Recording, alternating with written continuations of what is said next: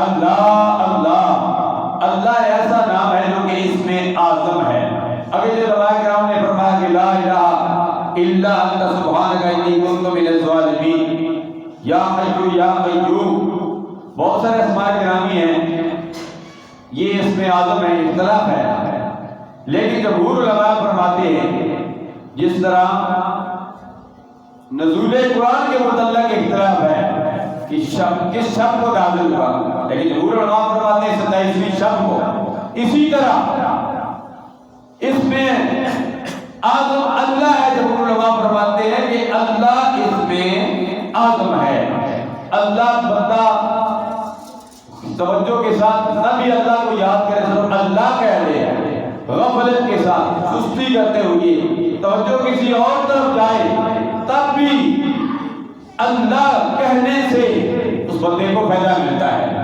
کتنے اس کے فوائد ہیں اللہ کے، اس لیے اللہ تبارک و تعالیٰ نے قرآن مجید فرقان حمید میں بار بار فرمایا کہ اے میرے بندوں میرا ذکر کرو، مجھے یاد کرو۔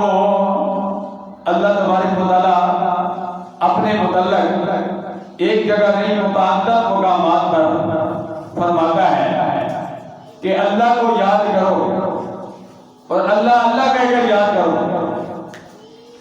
اللہ پتر پارے سورہ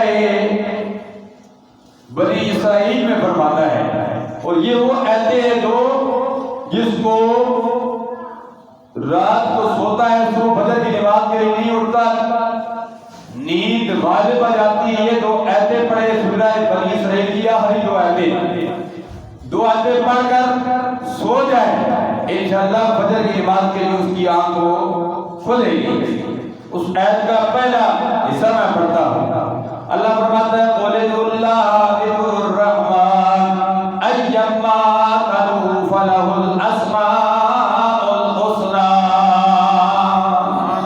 اللہ فرماتا ہے میرے پیارے حبیب آپ فرما دیجئے اللہ کو یاد کرو، قُلِ ادعُوا اللَّهَ اللہ کو یاد کرو، جس طریقے سے تم چاہتے ہو رب کو یاد کرو، رحمان کہہ کر یاد کرو تب بھی ٹھیک ہے۔ باقی اسماء گرامی ہیں، ان اسماء گرامی سے یاد کرو تب بھی ٹھیک ہے۔